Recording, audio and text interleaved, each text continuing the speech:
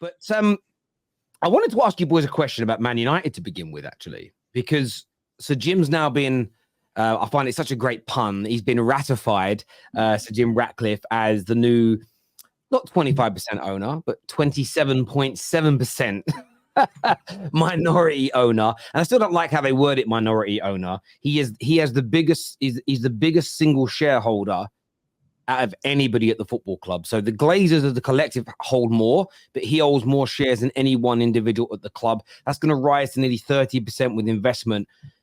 But still, there are a lot of Man United fans online that are like, I'm not excited about anything he's done. There's nothing. One Man United fan I saw tweet today saying, I don't know why anybody would be excited. We've seen this before. I want to throw this out to you two. As rivals looking at Man United, have you seen in the last 18 years somebody new get involved with a club like this and start appointing people of real caliber at football decision-making level at Man United? Or am I missing something? I think Man United fan base are entitled fan base. Absolutely. They are an entitled fan base without a shadow of a doubt in my mind. And I spoke to a lot of them. They think they deserve something without working for it. They think we deserve something today. They want to see like, no, we deserve something today. The club made them that, because the majority of the people that are here now, our age and even the younger ones, they were supported Man United. Man United were dominating England. We're going to finals in Europe. We're one of the biggest teams. 100% they're entitled fan base. They don't want to go through a process. They don't want to wait. They don't want to have patience. They think, no, we deserve this. And because the club is different than other clubs in terms of like the signings, even in Man United banter era, if you call it this way, Man United went and signed superstars, biggest names in world football. So the fan base are like, no, we deserve everything. We're the biggest club in the world. We are the news. I get people telling me now, we are still the talking points. And Man United aren't the talking points. You know that. We know that. Man United, when they win or lose, you aren't the talking points around the world. But Man United fan base, absolutely entitled, without a shadow of a doubt. They think they need something now. They don't want to wait. Nobody wants patience. I'm not saying wait for Ten Hag, because I don't think Ten Hag is the right one. But they want like instant impact. They want Ratcliffe to get in, and they want to challenge for the league. Yes, of course you are entitled. Look, when you supported your club, 150%. I think there's definitely reason for some level of excitement when you've been run by the Glazers as long as you have, and the sort of mess and the circus behind the scenes. When you have someone come in, and I think there's probably a bit of disappointment at the same time, because you thought you were getting, was it Qatar owners that were potentially coming in? But then when it went to Jim Ratcliffe, that was the sort of a bit of disappointment. But the fact that he's making a lot of the right noises, wants to bring in world-class people behind the scenes at every level, wants to get a director of football, trying to get the guy from Newcastle. All of these things are steps in the right direction, million miles away from Ed Woodward and all of that mess. But at the same time, you got to temper that, because, like most said, it's going to be a long process to turn this club around. But to just have the club try to be run better and address some of the problems, yeah, there's cause for optimism for sure. You said about the 27%. You know, individually, so he has some power. It's going to be interesting to see if he, the other shareholders, are going to be sort of teaming up and using their shares against it. We're finding problems with our. We've got Kretinsky, who's got a large minority stake, but Gold and Sullivan family can outrule him, and he's finding difficulties with that. Is that going to happen with the Glazers? So we'll find out. But cause for optimism. But let's just temper it a bit. So I agree with it with tempering it. I think that, yeah, there are some people. I think there's a mixture of Man United fans that are not exactly ecstatic. Some, it's I didn't get Qatari owners, therefore I'm not going to be happy. And as much as they were my preferred choice, I wasn't ever dead set against the idea of Sir Jim. Some of the stories that came out there was a story that came out fairly early on in the process that we'd have what you call like a double dip debt, where the debt would remain. There'd be no plans to pay it off by Ineos, and they'd be borrowing the money from a bank that we may also have to pay off for Ineos buying it. So of course, if that turns out to be the case, I'll be against it. But there hasn't been a single word for about 9 months about that. No single word of any of that debt being applied to the club or payable by the club since this process has got to its fruition. So I'm at a stage where I think that was just maybe a little bit of prop from a particular side. There are also individuals that do this whole, well, the Glazers are still here, therefore Sir Jim is a Glazer and I don't like him.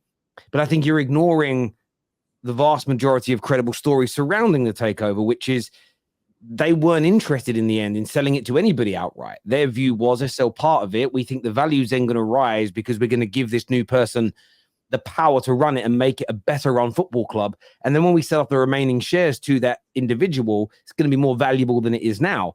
So the frustrating bit is, yes, the Glazers are going to earn good money out of this. There's nothing we can do about it. But Man United fans being angry at Sir Jim, I find that to be such a deflection from ourselves.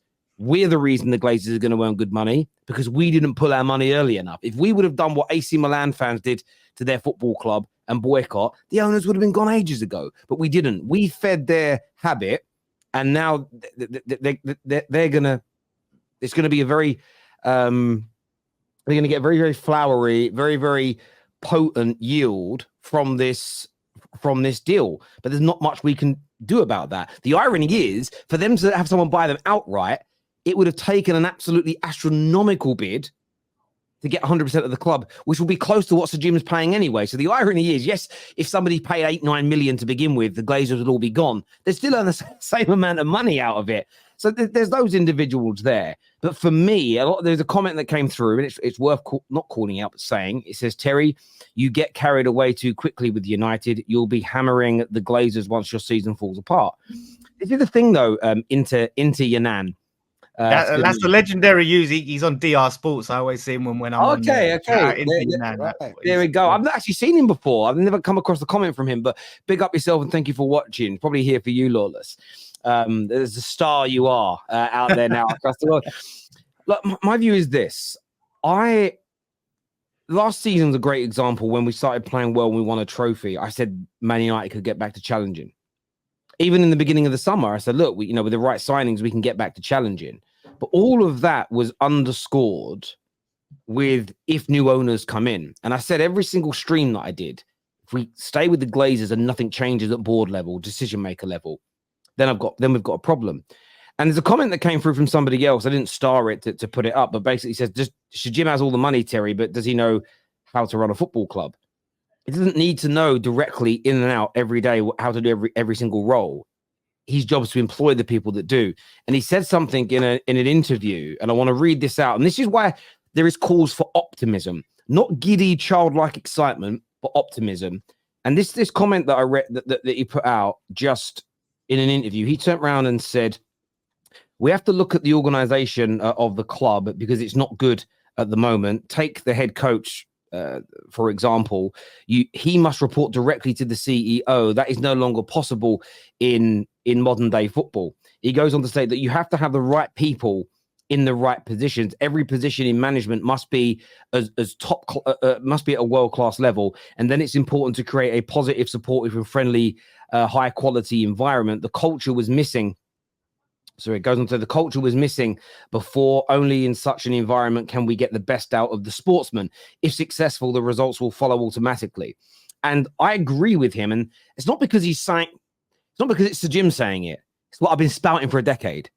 The way we've operated has been antiquated. It doesn't exist anymore. We need top class people in multiple positions. Now, people can argue, is Omar Barada right?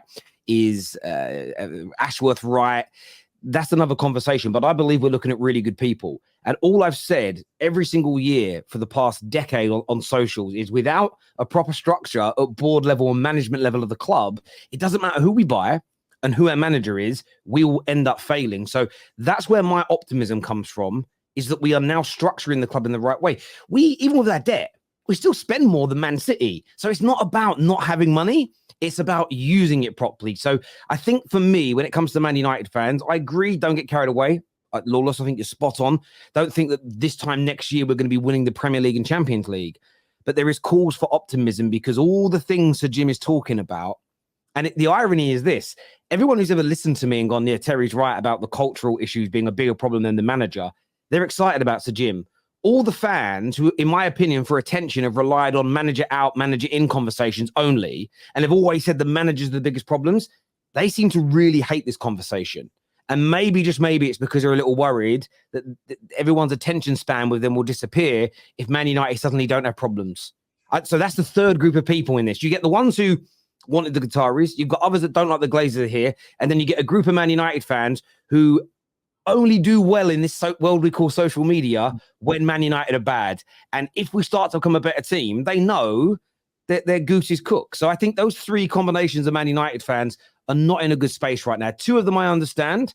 The others, just suck it up, baby. Suck it up. Can I ask you a question, Terry? Because you've been one of the most vocal Man United fans about pull the money from the Glazers, don't buy shirts, don't sort of, put the money into the club while they're owners. At what point for you do you start to change your stance on that? Now, obviously, Ratcliffe is coming, he's 20% owner. Are you going to wait until you start to see some of those structural changes? Or is it wait to see the Glazers gone completely? When do you change that stance?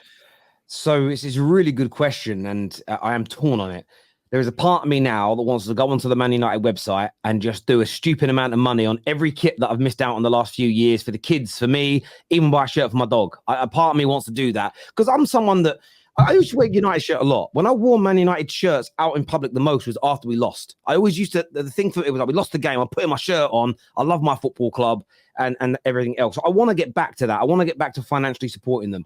For me, what I'm personally waiting for is the plan to remove the Glazers. So I'm waiting to hear what the process is for him to buy them out. So if we hear, and I'm making this up slightly, if we hear that there's a 4-year, 5-year plan and every 18 months he has the opportunity to of buying more shares, that eventually, and there's an agreement in place where he gets the first refusal and the Glazers can't stop it as long as he hits a certain financial obligation, then I'm willing to start putting money in because I believe we're in the process of removing them. Therefore, I want everything to go as brilliantly as possible for Sir Jim because the better we do, the more likely he is to buy their shares out. So that's probably when I would look to do it. But if we don't hear that there's a plan to get them out, I'm still going to personally be a little bit reluctant, but I need to kind of wait for the dust to settle and see what the plan is. Does that make sense? So that's also why I wanted 100% buyout because I was ready to do a kit, go out and buy everything. I was going to do a kit, a show in full kit, socks, boots, everything. I was ready. That's got to happen now. We've got to hold you to that. When it happens, we got to see it. Yeah, no, it is what it is. And again, when I talk about not giving money, I understand a lot of people wouldn't do it. It was just a case of, if you're not happy with how we have more control as people than we like to, we know in the UK, energy prices going up, petrol prices going up, food prices going up. We as people could stop that quite quickly. We could, if everyone just pulled into the petrol station and just drove off, everybody just stopped paying their gas and electric bills, everybody just went into Morrison's, filled up their trolley and left, then I'm not saying do it because some are going to get in trouble, but what they're going to do to everyone, all they're going to do is, but we won't do it, will we? 1 second, guys. Hello. It's called the revolution, people. Terry is asking for a revolution on the football terrace, live on the football terrace. This is called the revolution. Hello. Do you want to say hi? Hi, Freya. Hello. They haven't seen you on camera, Freya, since you were much smaller. You're right. Oh. Do you want me to turn the TV up for you? Okay, I've got to go. You gentlemen talk right, about your right, I'm not going to turn the TV up. All right. We'll do. Yeah. But listen, for this Man United thing, and I want to get Lawless, let's talk about that on the pitch. Yeah. If they get top 4, and I haven't spoken to you about this, and it looks like Spurs are in a downfall. Man United on top 4, they are the team in form now. I don't think the manager should stay. That's my opinion. I've said that many times because I don't think he's turning around. There's no style of play. They look absolutely atrocious against Luton. They were terrible. Do you believe their manager should stay if he makes the Champions League football? I don't. Yes, it's a tough one. Because I think if Man United want to be ruthless, then maybe it's time to move him on. But I think that their priority has to be the squad. And if they're going to have to pay off Ten Hag a big load of money to leave, then getting a new manager, maybe one that they have to buy out his contract, and then invest in the squad. I think that transition of maybe let's stick with Ten Hag and focus on the squad and invest that money. Come on, are you serious? But hold on. No. Go on. No.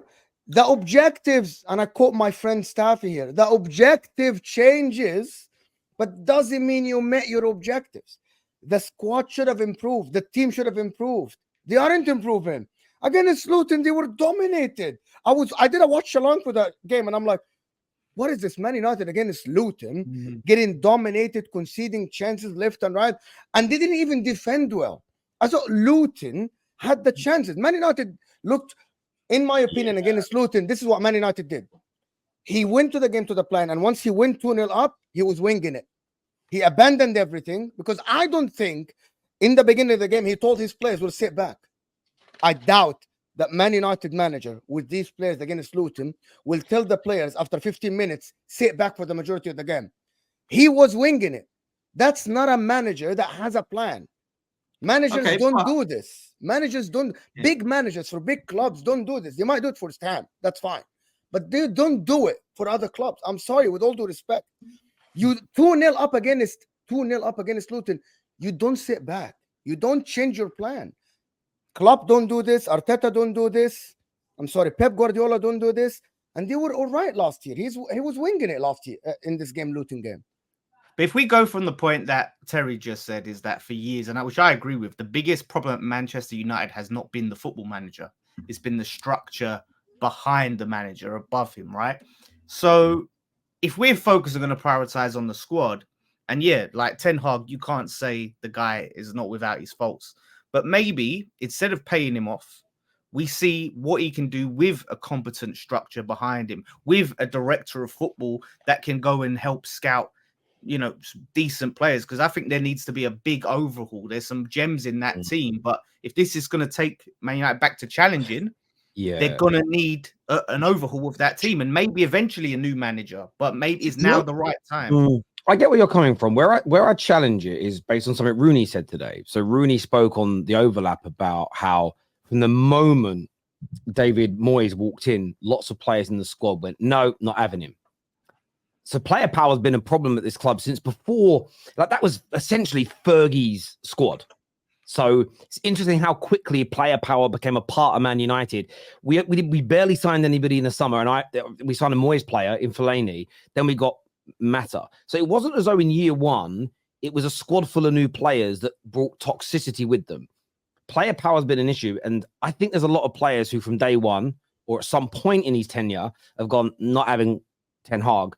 I still think it's a quicker process to getting back to being successful by removing the manager as well as some of these players, because it starts everything off from a position of freshness. Unless if there's 5 players, 6 players, 7 players, 8 players that don't rate the manager, doesn't matter who they are, the owners say they will all be sold this summer 100%, irrespective of how much we lose on them. That's the only way you could potentially turn it round. But I do think we've got to move on from him as well. If we don't and we stick with him, there are rumors of that, then I wish it all the success in the world.